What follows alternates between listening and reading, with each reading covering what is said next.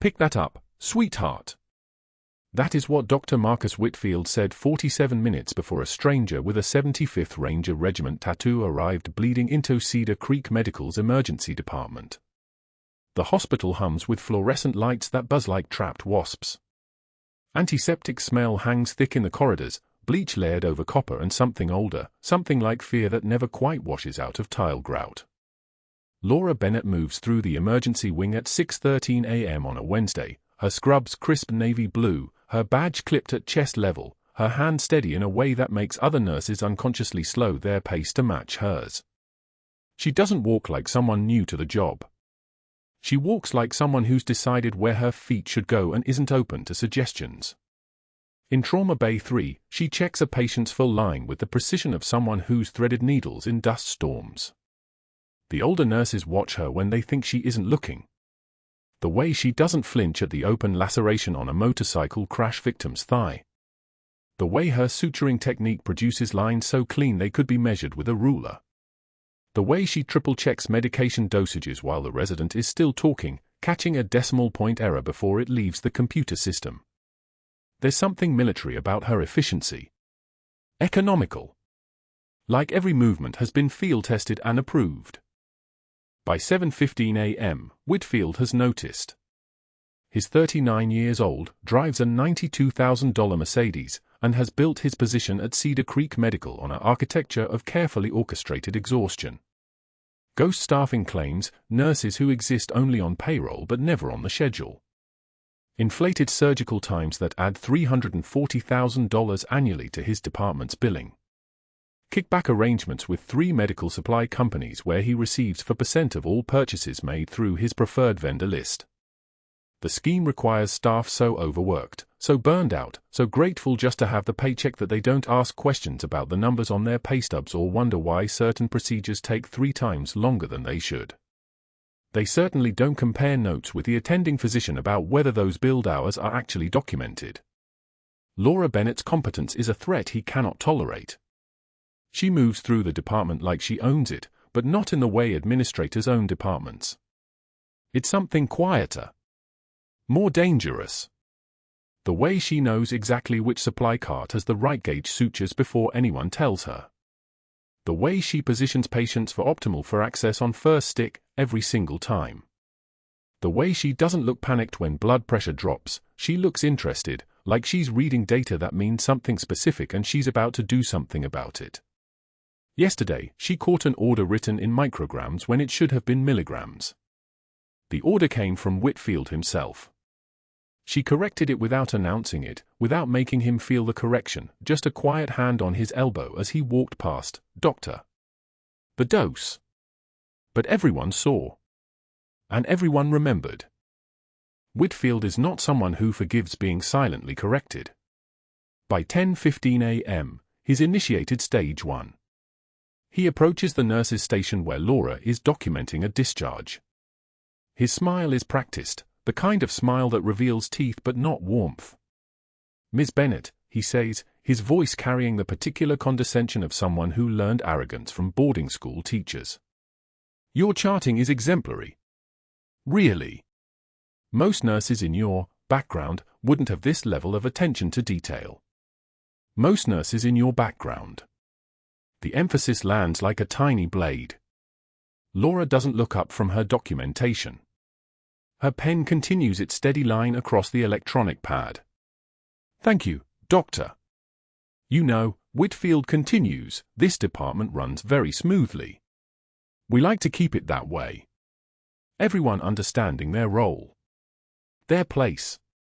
You understand?" "Yes, Doctor." He walks away before she can say anything else, but the message is delivered. "You're being watched.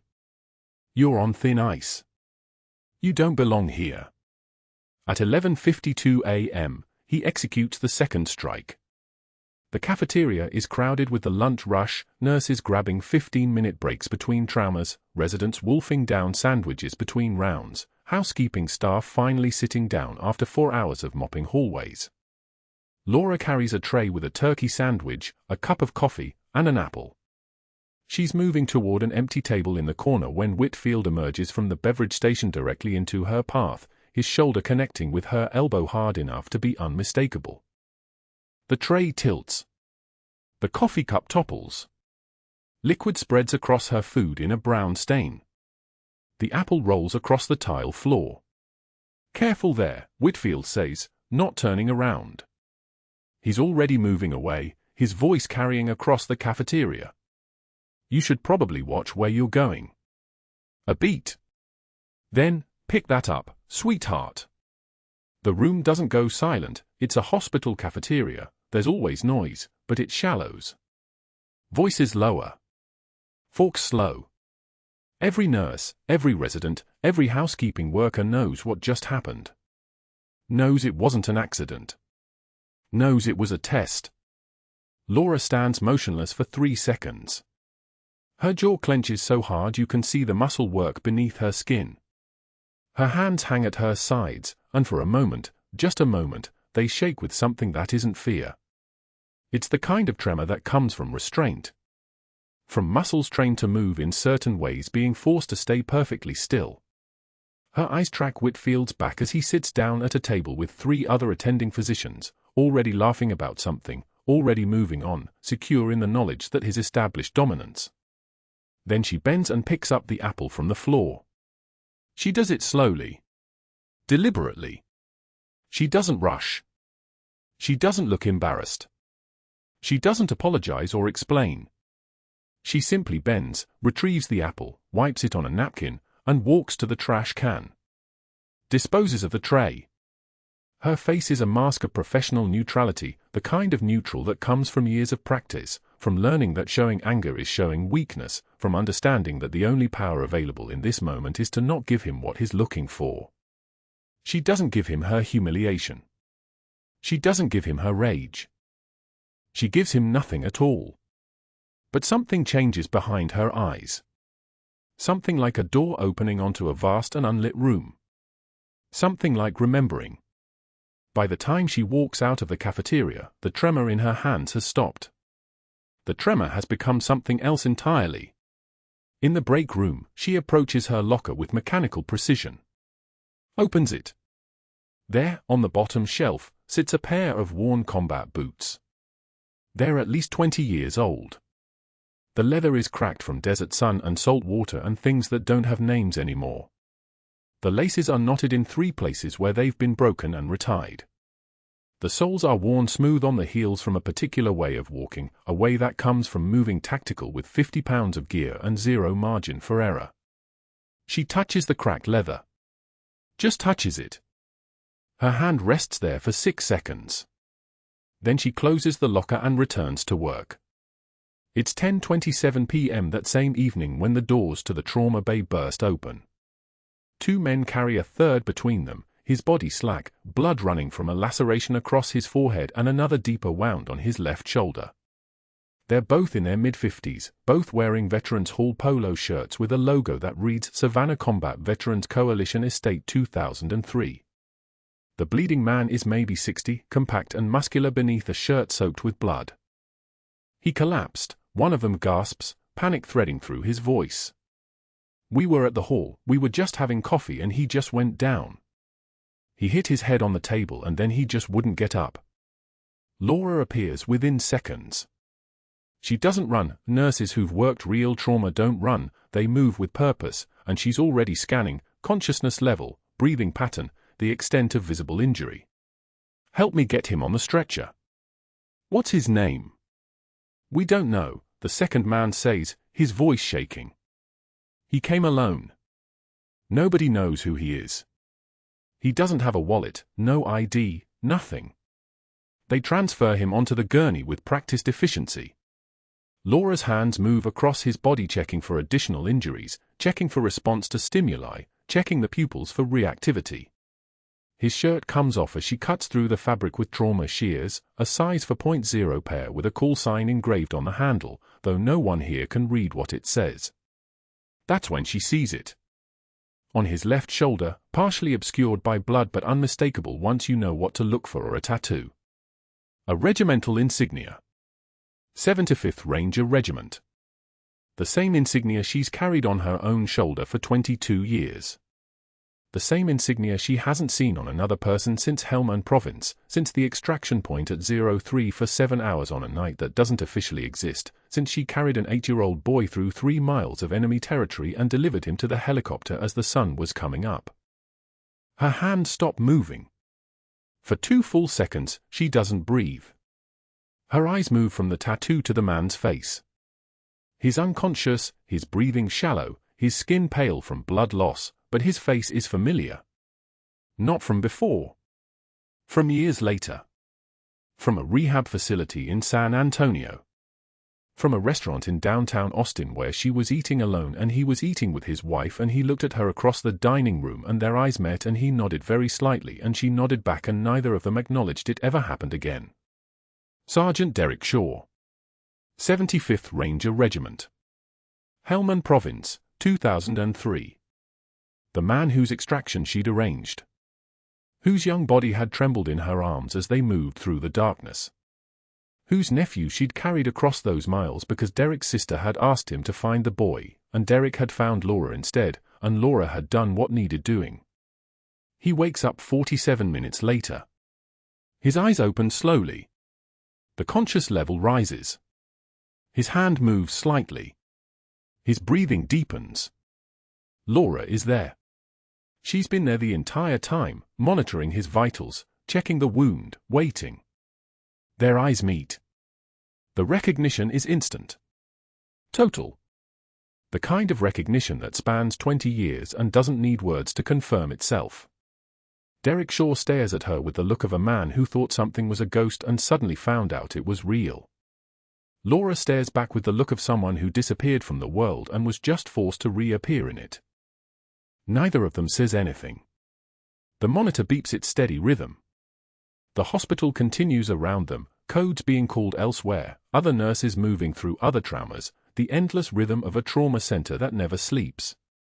But in this moment, in this small section of Cedar Creek Medical where a bleeding stranger with no ID has just found the person he's been looking for without knowing it, the entire world has narrowed to 2 people across a hospital bed, both of them understanding at exactly the same moment that something has begun that will not end until everything is answered. What happened next didn't just change the department. It changed everything. The morning sun filtered through the nurses' station windows at Cedar Creek Medical, casting long shadows across the laminated desk where Dr. Whitfield stood, voice loud enough to carry across the entire third-floor wing. "I'm taking bets," he announced, addressing no one in particular and everyone at once. "New girl doesn't last a week. She's got that look, you know? The kind who thinks she's too good for actual nursing work." His smile was a knife wrapped in confidence. Laura continued charting vitals at the far end of the counter, her pen moving in steady, deliberate strokes across the page. Name, BP, O2 sat, heart rate. The numbers were her language, the only one that mattered. She didn't look up. Didn't flinch. 2 younger nurses, Jennifer from nights and Marcus from the float pool, exchanged uncomfortable glances but said nothing. They'd learned in 24 hours not to cross Whitfield. He had that particular kind of power that came from knowing where the bodies were buried, from 3 decades of hospital politics and pharmaceutical relationships that predated their entire careers. "What do you say, Bennett?" Whitfield leaned against the counter, his tailored shirt probably cost more than Laura's monthly rent. "Want to prove me wrong? Or should I start interviewing your replacement now?" Her hand paused for half a second. The pen hovered over the last vital sign. Then resumed writing. 98.6, pulse steady. The silence in the station felt like the moment before incoming fire, that electric pause when every nerve fires at once. Laura filed the chart in its slot with the precision of someone placing ordnance, met his eyes with zero expression, the kind of flat, affect-neutral stare that came from 2 decades of training, and walked to her next patient. She didn't say a word. That was the thing about composure, it didn't need words. It needed presence. It needed the kind of still, controlled breathing that made people instinctively step back. That afternoon in the cafeteria, the fluorescent lights hummed their endless fluorescent song above rows of plastic tables where tired hospital staff picked at sandwiches and hospital coffee that tasted like it had been brewed in 1987.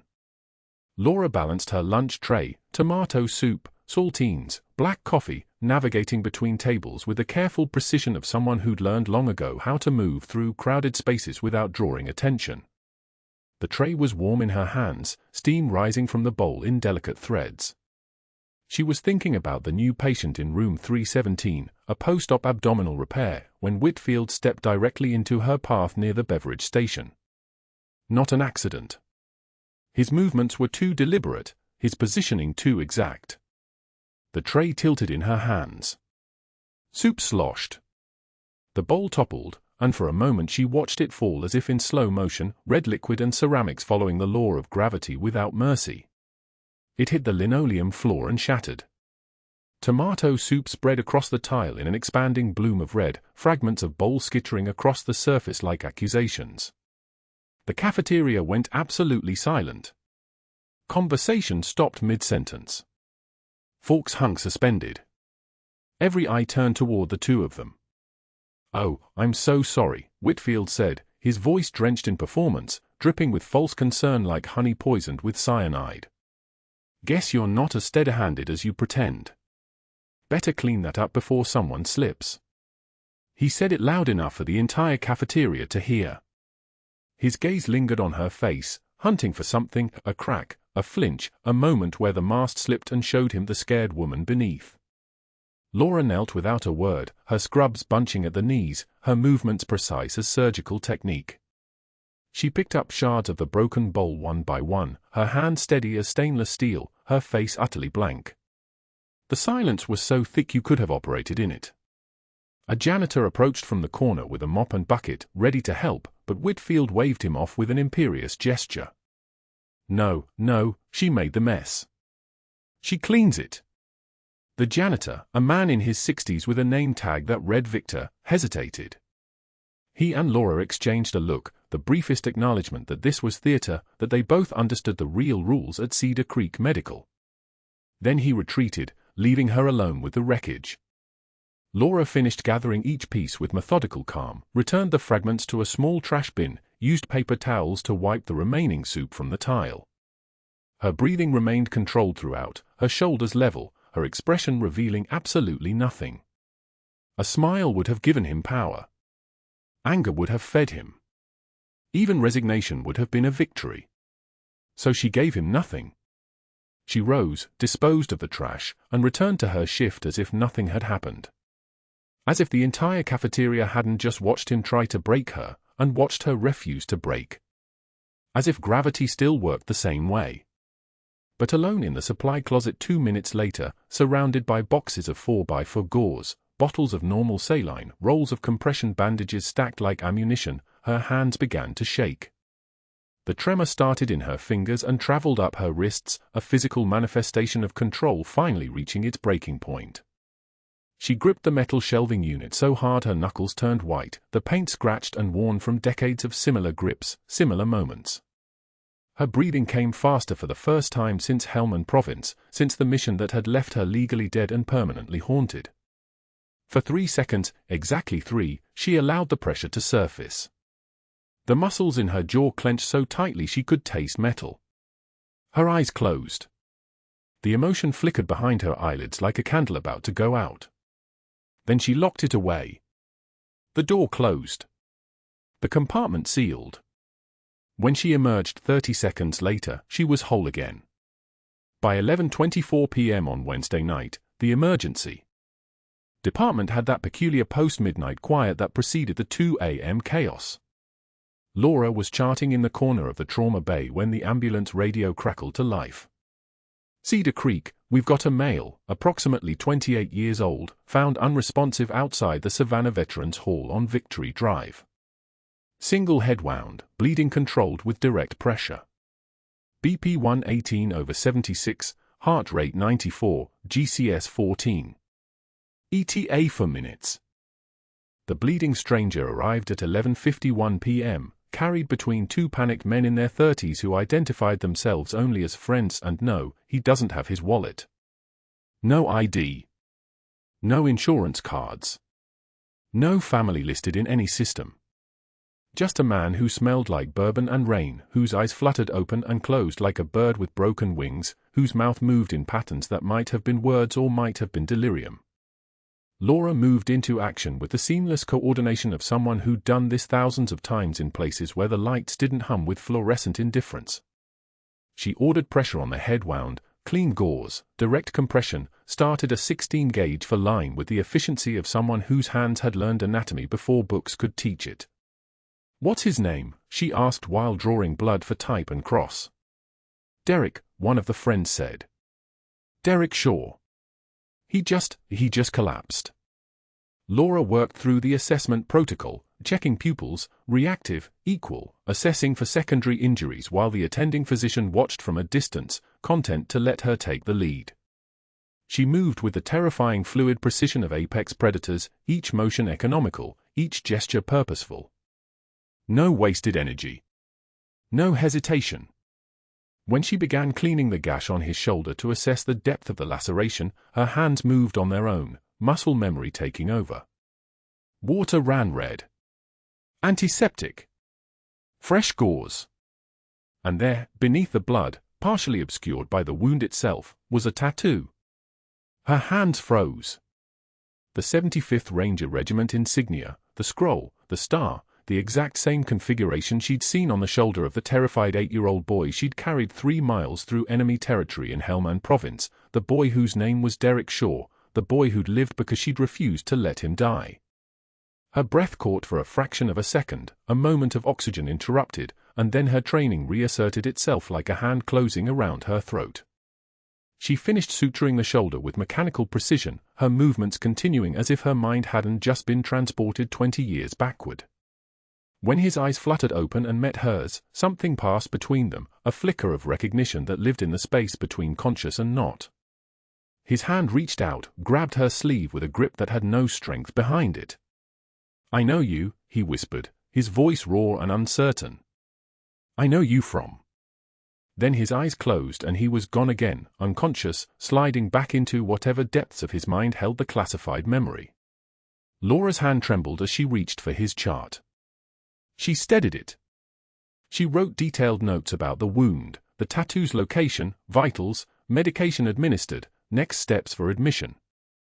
She never mentioned the moment of recognition. Never mentioned the fact that her heart had just completed an impossible somersault in her chest. The fluorescent lights above hummed their mechanical song. Monitors beeped. The ventilator wheezed its mechanical rhythm. All the sounds of a hospital at night, carrying on as if time hadn't just inverted itself.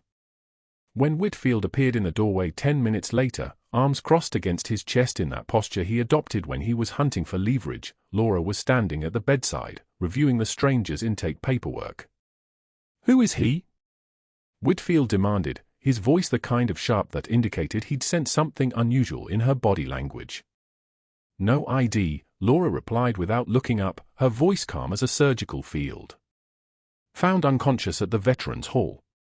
We'll run his prints if he doesn't regain consciousness by morning. Could be a military vet, given the tattoo work." She pointed to the regiment insignia, just visible now that the blood had been cleaned away, without revealing anything in her tone. Whitfield's eyes narrowed. He made a note on his tablet, one of those deliberate gestures meant to be seen, meant to communicate that he was documenting something. Then he left. Laura sat beside the stranger's bed during her break, studying his face in the pale glow of the monitor lights, trying to place where she'd seen those features before. The memory was there, buried under 20 years of forced forgetting, clawing its way toward the surface like something alive. A boy's face superimposed over a man's face. The same eyes. The same jaw. Older. Scarred. But unmistakably the same. She reached out and touched his wrist, checking his pulse even though the monitor already showed his heart rate steady at 78, regular as metronome, regular as survival. "I need some jello," she thought, and almost laughed at herself, that dry humor that came from having spent too long in places where laughter was measured in grains, where joy came in controlled doses. But that wasn't the worst part. The worst part was that Whitfield had seen her reaction, and now he was watching. Now he was thinking. Now he was calculating how to use it. The monitor started screaming at 4:18 a.m. Derek Shaw's eyes snapped open, pupils dilating, his body rigid against the hospital bed. The cardiac telemetry painted a jagged mountain range across the screen, ventricular fibrillation, the heart's death dance, chaotic electricity with no rhythm. Laura was adjusting his fall when it happened. 1 second of normal saline drip. The next second, the world became urgent geometry. She moved to the bedside without running. Never run in a code, it spread. You're mistaken, she'd told him, her voice perfectly level, perfectly professional. I've never been to Afghanistan. But her hand had stilled on the 4-pole.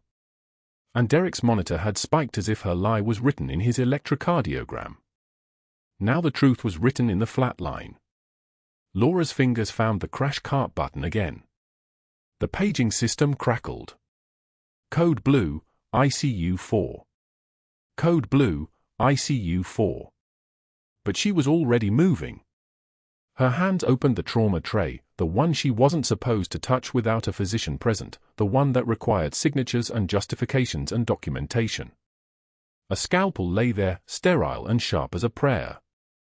The blade caught the overhead light, and for one crystalline moment, she saw her hands as they'd been 20 years ago, not holding a tray in an American hospital but holding field medicine under a sun that burned like a furnace. The feeling was muscle memory made flesh. She didn't think about protocol. She didn't think about her job or her credentials or the fact that Dr. Whitfield would be reviewing the camera footage later with a smile like a predator recognizing an opening. She thought about the 8-year-old boy in her arms, his weight growing heavier with every step, his small voice counting the compass points while his father's blood dried on her uniform. The scalpel found the space between his ribs, fourth intercostal space, mid-axillary line, the anatomy living in her muscle memory like a second language. One precise stroke. The skin parted. Tissue and fascia followed. Her left hand was already there, finding the pericardium, stripping it back with the fluid efficiency of someone who'd done this in worse light, worse conditions, with worse instruments. There was no blood yet, the veins weren't flowing because the heart wasn't pumping. Just the dark muscle of the ventricle, inert and useless. Laura's right hand curled into a fist. No, not a fist. A surgical instrument. The direct massage required finesse, not force. Squeeze the ventricle, 1 Mississippi, 2 Mississippi, 3 Mississippi, release. Her voice came out, steady and low, commanding the space like she'd commanded a trauma bay in Cedar Province with a colonel's insignia on her uniform and dead Marines in the next room. Get me a size 4.0 endotracheal tube. Push 1 mg epinephrine 4. I need the Reboa balloon catheter, now. The attending physician, Dr. Chen, froze in the doorway. His mouth opened. Closed. He'd been the one calling out compressions, the one following the code protocol, the one prepared to run the resuscitation by the standard algorithm printed on the wall. But Laura wasn't following the algorithm. She was rewriting it in real time, her hands moving inside Derek's open chest cavity with the terrifying precision of someone who'd trained on cadavers in a field operating tent. Doctor? Chen's voice cracked. Step back, Laura said. Not a request. Not a question. The voice had changed, the timid nurse persona evaporating like morning fog. Something older and harder had emerged. Something with the weight of command behind it. Chen stepped back. The crash cart arrived, wheels squeaking against the floor like a dying animal. Laura didn't break her rhythm. 1 compression, 2, 3, her fist working the ventricle with a surgeon's precision, not the blunt force of CPR. The epinephrine hit the fall line. She could feel the drug moving through the circulation, trying to jump-start the electrical system of the heart.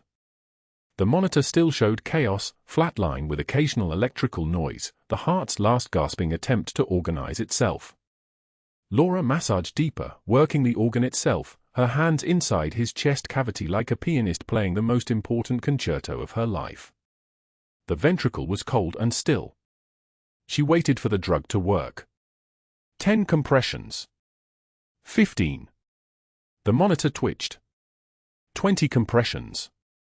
Something appeared on the screen, not a rhythm yet, just a hint of organized electrical activity, the first word of a sentence that might become coherent if she could hold it long enough. "Come on," she whispered, but her hands didn't waver. "Come on, Ranger. You know how to fight." The attending physician was watching like he was seeing something impossible. Which he was. Nurses didn't do open cardiac massage.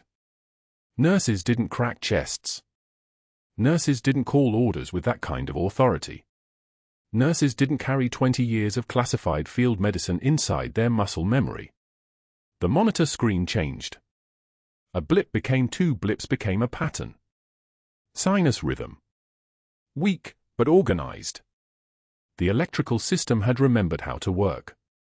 But the mechanical system was still silent. Laura's fingers found the ventricle again, not crushing now, but coaxing. "Come on. Squeeze. Release." The organ responded, small contractions at first, then stronger ones. Blood began to flow. The monitors started showing numbers that meant something: oxygen saturation climbing, blood pressure rising, a heartbeat that was human and real and stubbornly refusing to die. Derek's color changed from gray to something closer to pink. His monitor began to settle into a pattern that looked like life. Laura's hands were inside his chest for exactly 11 more seconds before she stepped back. Her gloves were dark with blood. The attending physician was still frozen, his mouth still open, processing what he'd just witnessed. Nurses didn't do this. Nurses were supposed to support the code, fetch equipment, record times. They weren't supposed to know how to cut through a human rib cage with the precision of a cardiothoracic surgeon. They weren't supposed to know the exact angle for the pericardium, the exact pressure for direct cardiac massage, the exact moment to step back and let the monitors take over. "He's stable," Laura said quietly, stripping off her gloves. "Get him to cardiothoracic. Tell them he needs a full workup, cardiac MRI, troponin levels, the works. Undiagnosed cardiomyopathy, possibly viral." She turned away from the bed, moving toward the sink with the steady grace of someone who'd just saved a life and had 100 other things to do. Dr. Chen didn't move. He was still staring at the monitor, at the sinus rhythm that shouldn't exist, at the blood-soaked trauma tray, at the nurse who'd just performed a procedure that could cost her medical license if anyone cared enough to file charges. In his office on the 2nd floor, Dr. Marcus Whitfield was watching the same monitor feed on his security camera. The resolution was grainy, but he could see everything that mattered. He could see Laura's hands moving inside the patient's chest. He could see the scalpel work. He could see the attending physician stepping back as if he'd been ordered. He could see the moment the monitor changed from lethal to viable. His hand reached for the phone on his desk. Not a tremor. Not a moment of hesitation. Just the smooth motion of a man who understood power, opportunity, and how to weaponize a moment of rule-breaking into permanent termination. His golfing buddy answered on the 3rd ring. "We have a credential problem," Whitfield said smoothly. "I need you to pull every reference for Laura Bennett. Something's not adding up." He was already reaching for his computer, pulling up his personnel files, preparing to make calls to the listed references on her employment application, the careful cover identities that had been constructed 20 years ago by people in offices with no windows and security clearances that didn't officially exist. One reference was a hospital administrator in Atlanta who died in 2011. Another was a military liaison office in D.C. that had been relocated and reorganized 4 times since then. The third was a nursing supervisor in Baltimore whose phone number was now a dry cleaner. Whitfield smiled. He understood now what Laura Bennett was. He understood why she moved through his emergency department like someone conducting a symphony written in flesh and blood. And he understood that her competence was the single most dangerous threat to his operation, which meant he had to destroy her before she destroyed him. His fingers moved across the keyboard, beginning the documentation that would become her downfall. His fingers moved across the keyboard in the administrator's office, beginning the documentation that would become her downfall. Dr. Marcus Whitfield had spent 3 decades building his empire: the inflated surgical times, the phantom nurses on payroll, the kickback arrangements with medical suppliers that had netted him nearly $847,000 over 18 months. But Laura Bennett had cracked a chest open like someone who'd done it before breakfast, and that competence was a threat he could not tolerate. He picked up the phone and called his golfing buddy, Richard Bancroft, the hospital board chairman.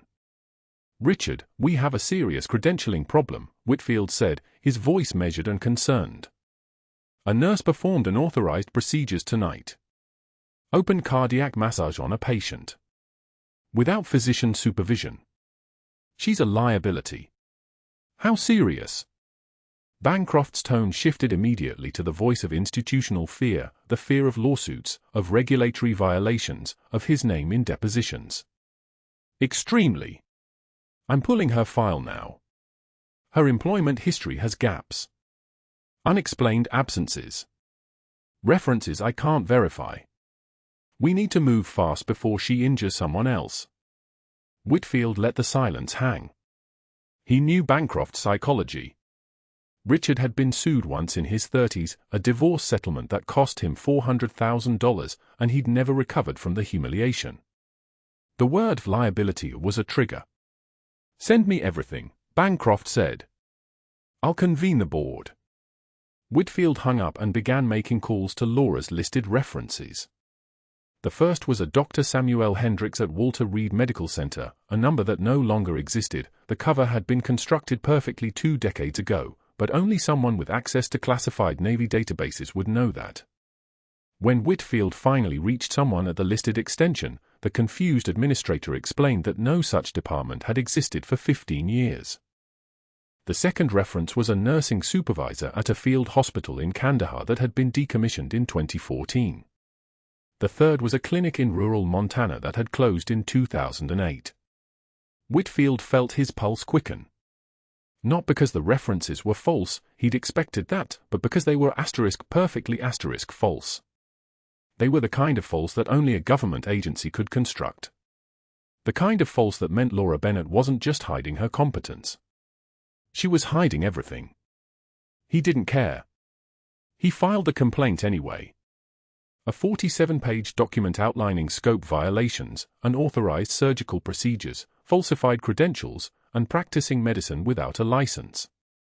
He attached doctored records showing timestamps that didn't match hospital logs, screenshots of her accessing patient files outside her shift, charts with her initials on procedures she couldn't have performed. The forgeries were careful work. He'd hired a consultant through intermediaries to help, the kind of consultant who understood medical document architecture. Nothing that would collapse under serious scrutiny, but enough to trigger institutional panic. But that wasn't the worst part. Whitfield scheduled private meetings with 6 nurses on the overnight shift. He started with Patricia Chen, the charge nurse who'd been at Cedar Creek for 12 years and had 3 kids in private school.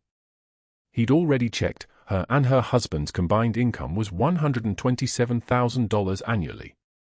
Private school tuition was running them $38,000 per year. "Patricia, I need to talk to you about Laura Bennett," he said, closing his office door. "I'm conducting a credentialing review, and I need your honest assessment of her clinical practice." Off the record. Patricia's face went tight. "I don't feel comfortable." "I understand. But this is about patient safety. If she's been practicing outside her scope, and you knew, and you didn't report it." He let the implication hang in the sterile air. "Your license could be at risk. Legally, you could be considered complicit." Patricia's hands gripped the armrest of her chair. The same hands that had trembled 3 weeks ago when the tuition bill came due. Whitfield watched her calculate her career, her reputation, her children's education.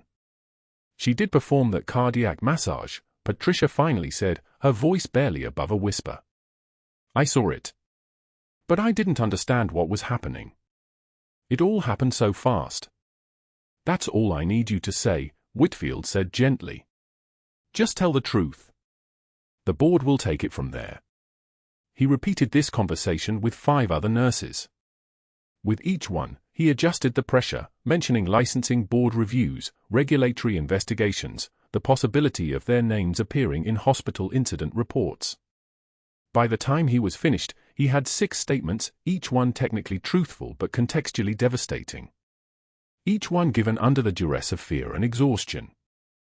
The administrative hearing was scheduled for 2 p.m. the following day in the hospital's executive conference room on the 14th floor. Whitfield arrived early with a leather binder containing 128 pages of evidence, fabricated timestamps, doctored medical records, the 6 damning statements, printouts of his calls to non-existent references, correspondence documenting his concerns about her credentials. The binder was a masterpiece of institutional performance. It looked like proof. It sounded like proof. It carried the weight of an organization protecting itself. Laura was brought in at 2:05 p.m. by the hospital administrator, a nervous man named Kevin Hart who'd held his position for 7 years without ever making a real decision. Beside him stood the board chairman, Richard Bancroft, whose face carried the particular hardness of someone about to terminate a potential liability. Whitfield watched from his seat at the conference table as Laura sat down. She was wearing her hospital badge still, it hadn't been revoked yet, a small administrative oversight. Her hands were perfectly steady. Her expression was a professional mask. "Ms. Bennett," Bancroft began, opening the binder slowly, "we've received several concerning reports regarding your clinical practice. Dr. Whitfield has documented instances of you performing procedures outside your scope of licensure, specifically performing emergency thoracotomy and direct cardiac massage without physician authorization." Laura said nothing. "We've also attempted to verify your employment history," Bancroft continued, "and your references appear to be inconsistent. Dr. Samuel Hendricks at Walter Reed." "That reference is outdated," Laura said quietly. "I can provide updated ones." "The facility no longer exists," Whitfield interjected, his voice carrying professional concern. "Ms. Bennett, I'm questioning whether your credentials are authentic. Your employment history has significant gaps. Your references can't be verified. And tonight, you performed an invasive surgical procedure that only a physician is authorized to perform." The room felt colder. Someone in the hallway outside was moving a crash cart. The metal clanged against the wall with a sound like a prison door closing. The patient's heart had stopped, Laura said, her voice exactly the same, level, controlled, professional. "He was in cardiac arrest. If I hadn't performed manual cardiac massage, he would be dead." "That's not your decision to make," Bancroft said. "That's a physician's decision." The attending physician was frozen, Laura said. No anger. Just fact. The attending physician was not performing indicated treatment. The patient was in asystole. Every second of delay increased the probability of permanent neurological damage. Whitfield leaned forward. "Ms. Bennett, the attending physician is a board-certified emergency medicine doctor with 23 years of experience. You're a registered nurse. That's the hierarchy of medical authority." Laura turned her head very slowly and looked directly at Whitfield. Their eyes met for exactly 3 seconds. In those 3 seconds, something flickered across her face, something ancient and dangerous, something that had crouched in Helmand Province and waited for enemies to move. Then it was gone, replaced by professional composure. "I would save him again," she said simply. Whitfield felt a small thrill run through his chest. Perfect. That was exactly what he needed.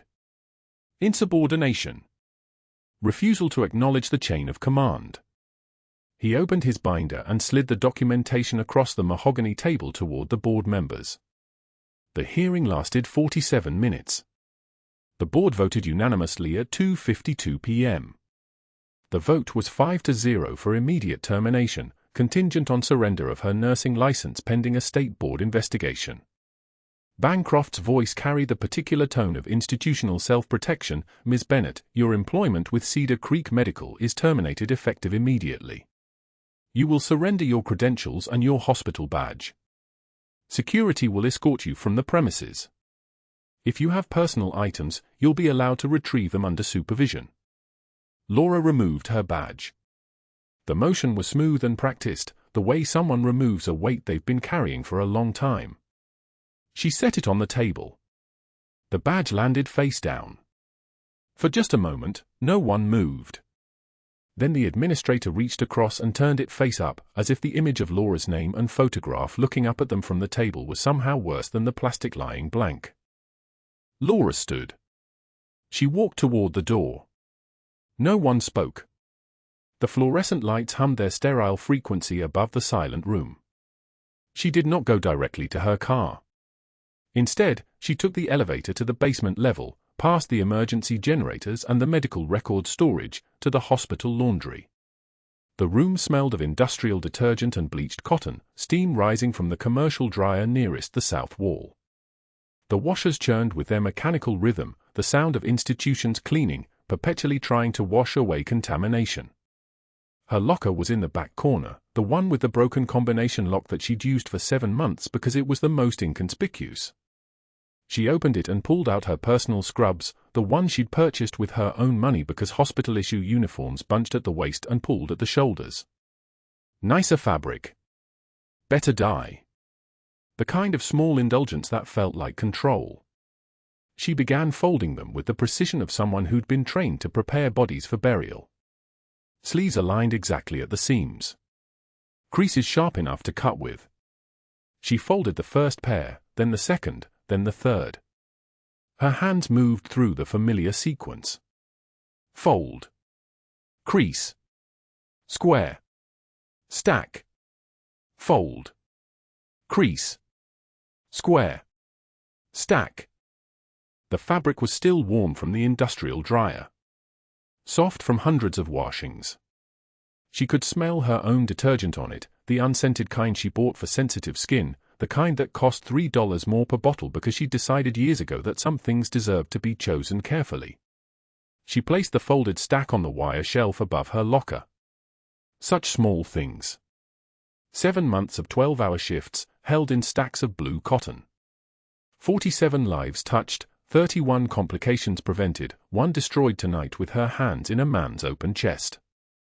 A tear fell from her left eye and landed on the top pair of scrubs, darkening the fabric in a small circle. Laura watched it absorb into the cotton. She did not brush it away immediately. She let it sit there for a moment, a physical mark of what this room represented, the end of one more identity. The collapse of another cover story. 20 years as a functional human being, reduced to a cardboard box and the sound of a locker closing. Her hands began to shake. Not visibly, just the muscles of her forearms contracting involuntarily, the way they might shake after carrying something very heavy for a very long time. She clenched her fists, breathed in through her nose, held it for 4 counts, released. The trembling stopped. She wiped her eyes with the back of her wrist and closed the locker door. The key turned. The lock caught. She tucked the key into her scrub pocket, though she knew she would never come back to this locker. Some doors, once closed, were meant to stay closed. She walked upstairs carrying a cardboard box with a coffee mug that said "World's Okayest Nurse" and a framed photograph of her son Marcus taken 3 years ago when he was 14 and still looked at her like she was someone normal. She walked past the ER where Derek Shaw's heart was still beating, still alive because she'd cracked his chest open and remembered everything the Helmand Province had taught her about keeping people breathing. She was halfway across the parking lot, the evening warm on her skin, the lights of Savannah glowing orange against the darkening sky, when she heard footsteps running. Not walking. Running. The athletic stride of someone young, desperate, moving with purpose. Mom. Mom, wait! Marcus sprinted across the parking lot with the desperation of someone carrying the weight of a secret that wasn't his to keep. The showbox clutched against his chest was worn at the edges, the cardboard soft from years of hiding. His mother was already 20 yards from the entrance, her shoulders set against the world the way they'd always been, the cardboard box in her hands containing everything they'd let her take, a coffee mug, a photograph of Marcus at 8 years old, the badge she'd surrendered less than an hour ago. The parking lot lights flickered on as dusk settled over Savannah, casting long shadows across the asphalt. Mom! Mom, wait! His voice cracked with the urgency of a teenage boy who'd finally understood what his mother had been protecting him from his entire life. He caught up to her near the edge of the parking lot, breathless, his face flushed not from exertion but from the magnitude of what he was about to do. Laura turned, her expression unreadable, the same mask she'd worn through every humiliation, every insult, every moment Whitfield had tried to break her. She saw the showbox and her jaw tightened infinitesimally. "Marcus, get in the car." Her voice was level, controlled, the voice of someone trained to issue commands in crisis. But Marcus didn't move. "They need to see these," he said, and his certainty, the absolute resolve in his teenage voice, sounded so much like her that Laura's breath caught for just a moment. He didn't wait for permission.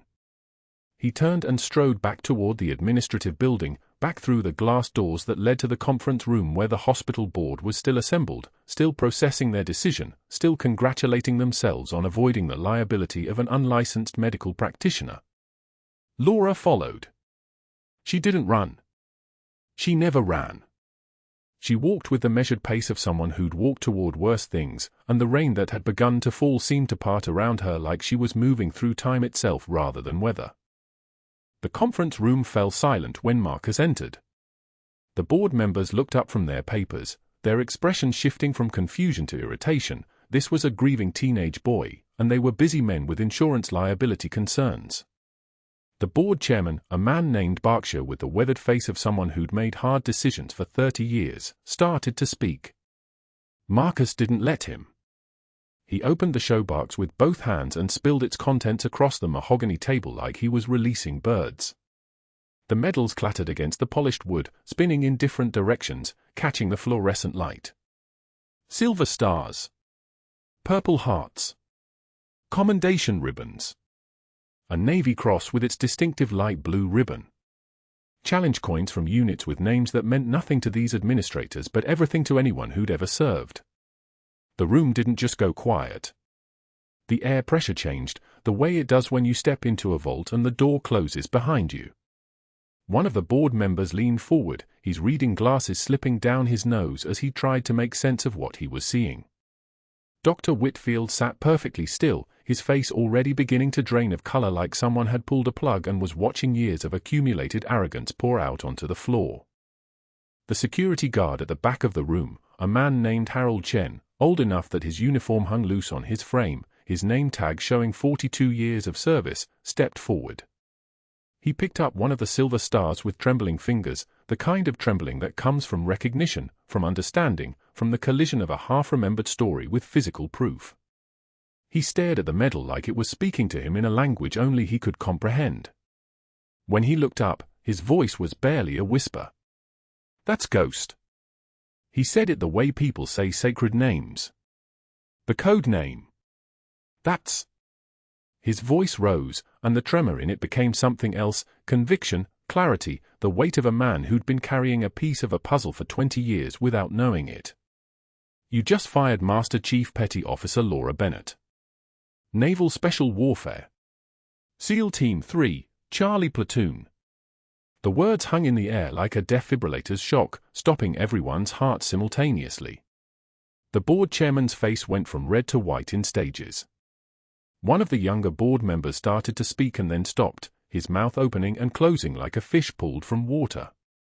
Whitfield's hands gripped the edge of the table so hard his knuckles went pale. The conference room doors opened again, and a man in dress blue stepped through, Lieutenant General Harrison Cole, the hospital's consultant on veteran services, the man who'd been sitting in on board meetings for the last 6 months, the man whose presence suddenly made terrible sense. He held a folder, and when he opened it, his voice was the kind of calm that comes from having witnessed things that would never fit into administrative meetings. He began to read. Not the folder, he didn't need to read. He was reciting. His voice carried the weight of memorized reverence, the kind of recitation reserved for unit formations and final honors. 13 classified operations across Afghanistan, Iraq, and Yemen. 47 lives directly saved during active combat operations. 14 confirmed enemy combatants neutralized to protect civilian non-combatants. Commendation for extraordinary heroism in the face of enemy fire. Purple Heart for wounds sustained during Operation Kestrel. Second Purple Heart for injuries sustained during extraction operations in Helmand Province, where she personally evacuated 8 personnel, including one then-Corporal Derek Shaw, under direct mortar fire and carried a civilian child 3 miles to the extraction point. He paused, and when he continued, his voice was thicker. She was classified as operationally terminated and officially erased from military records per orders from JSOC Command. Every record was sealed. Every reference was scrubbed. She was ordered never to surface again. The door opened a third time. Derek Shaw pushed through on crutches, his surgical incision still healing beneath his shirt, his face still bearing the pallor of someone whose heart had stopped and had been literally massaged back to life by hands that knew exactly what they were doing. He moved to the center of the room, and when he spoke, his voice carried the weight of a man who'd been given his life twice. "She's the reason I'm alive." He looked directly at Laura, who stood in the doorway with her hands at her sides, her expression still perfectly controlled, and then back at the board. 20 years ago, she carried me out of Helmand Province under fire. 8 years ago, she was teaching tactical medicine at Fort Bragg and saved my daughter's life when she went septic from a routine appendectomy. He paused. 3 hours ago, she performed open cardiac massage to bring me back when my heart stopped. She didn't hesitate. She didn't check her credentials. She didn't ask for authorization. She did what she was trained to do. She saved a life. And you fired her for it. The silence that followed was the kind of silence that precedes consequences. The board chairman turned to Whitfield, and when he spoke, his voice was ice crystallizing in real time. "Dr. Whitfield, you filed this complaint. You provided the evidence for termination. You demanded we fire someone for performing an emergency procedure that saved a patient's life. And you did it without performing a single background check. Without attempting to verify credentials through proper channels. Without understanding who you were terminating." Whitfield's mouth opened and closed. He tried to speak and nothing came. His carefully constructed world, the network of favors, the relationships he'd cultivated, the power he'd wielded through institutional compliance, was collapsing in real time, and he could see it happening but couldn't stop it. Effective immediately, the chairman continued, "I'm ordering a full audit of your entire department. All billing records. All staffing reports. All surgical times. All supply contracts for the past 3 years." He set Whitfield's own binder of fabricated evidence down on the table like it was evidence of a different crime entirely. Because it was. The investigation he'd weaponized against Laura, the external scrutiny he'd demanded, the credential verification he'd insisted upon, all of it was turning into a microscope focused directly on him. Laura turned and walked back out to the parking lot. She didn't wait to watch Whitfield's face process the implications. She didn't wait to see the board members' dawning realization of their liability. She walked back into the rain, which was falling harder now, and Marcus was beside her, and when he took her hand, it was the hand of a son understanding his mother for the first time as something other than a nurse, something other than a single parent, something other than the woman who'd raised him in anonymity. The sun was setting over Savannah, painting the sky in shades of orange and purple, and Laura stood in the parking lot holding the cardboard box. Derek had pressed something into her hands before she left the building, the worn combat boots. His father's boots. The boots he'd kept for 20 years as a talisman, a physical reminder of the woman who'd saved him when the world was ending. She placed them gently into the box on top of the coffee mug and the photograph. Some debts transcend time. Some warriors never stop serving no matter what uniform they wear or what name they're forced to hide behind.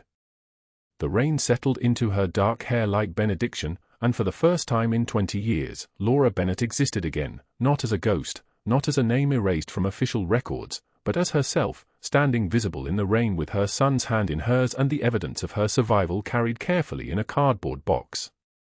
Subscribe to Code Whisperers for more stories of hidden strength. Like if you've ever been underestimated. Comment, would you have let her walk away, or would you have fought the way her son did?